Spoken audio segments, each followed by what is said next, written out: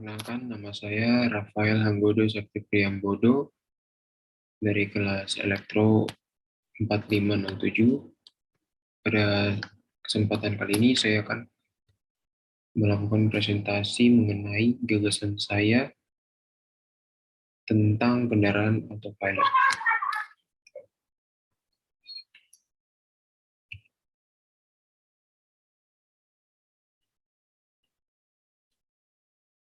Yang pertama, dari latar belakangnya, kendaraan adalah satu-satunya sarana transportasi penting yang dibutuhkan oleh manusia dalam menjalankan aktivitas mereka sehari-hari. Dengan semakin majunya dunia teknologi di dunia, maka muncullah berbagai macam jenis kendaraan yang dapat digunakan oleh manusia. Entah itu kendaraan personal untuk kebutuhan pribadi, maupun kendaraan yang dapat digunakan oleh semua orang, yaitu kendaraan umum.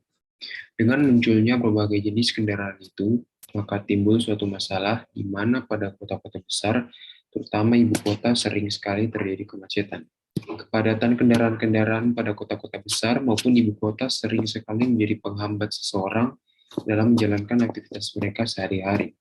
Dampak dari kemacetan ini yaitu dapat membuat pengemudi menjadi lelah, bahkan sebelum melakukan aktivitas mereka, dan juga dapat membuat pengemudi menjadi stres. Lanjut, berawal dari masalah-masalah yang terjadi di atas, maka dari itu para produsen berpikir untuk melakukan pengembangan ide tentang sistem teknologi kemudi otomatis atau di bahasa Inggrisnya autopilot.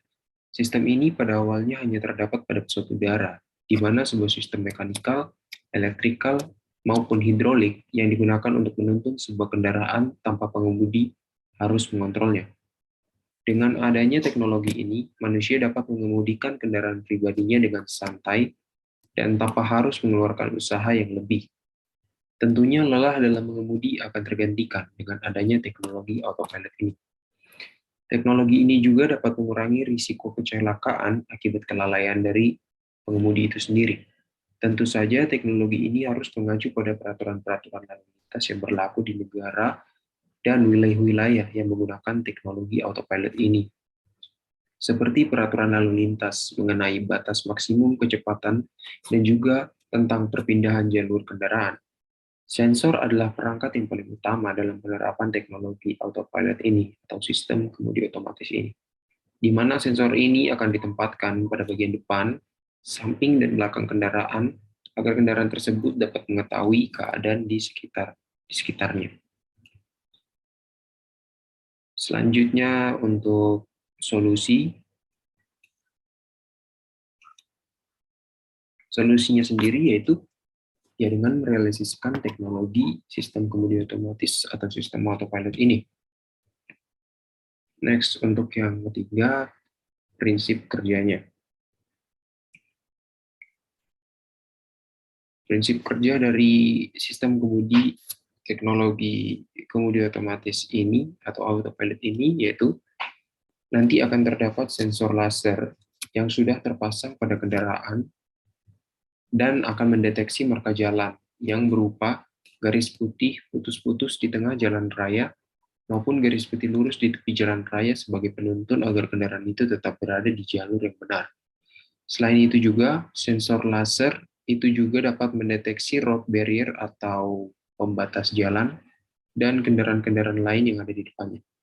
Sehingga kendaraan autopilot ini akan langsung melakukan pengereman secara perlahan dan bukan mendadak, berdasarkan jarak dan kecepatannya terhadap objek yang ada di depan kendaraan itu. Jadi, kemungkinan untuk terjadinya tabrakan sebenarnya akan sangat kecil dengan adanya teknologi kemudi otomatis atau autopilot ini. Selain itu, teknologi ini juga dibekali kemampuan untuk parkir secara otomatis dan melakukan gerakan reverse atau gerakan mundur seperti mobil mundur ke belakang dengan baik berdasarkan sensor-sensor yang sudah dipasang di sekitar kendaraan itu, baik di depan, di samping kiri kanan maupun di belakang, dan juga bisa juga di bagian bawah mobilnya. Dan juga ini sepenuhnya otomatis tanpa perlu campur tangan lagi dari manusia atau pengemudi itu sendiri.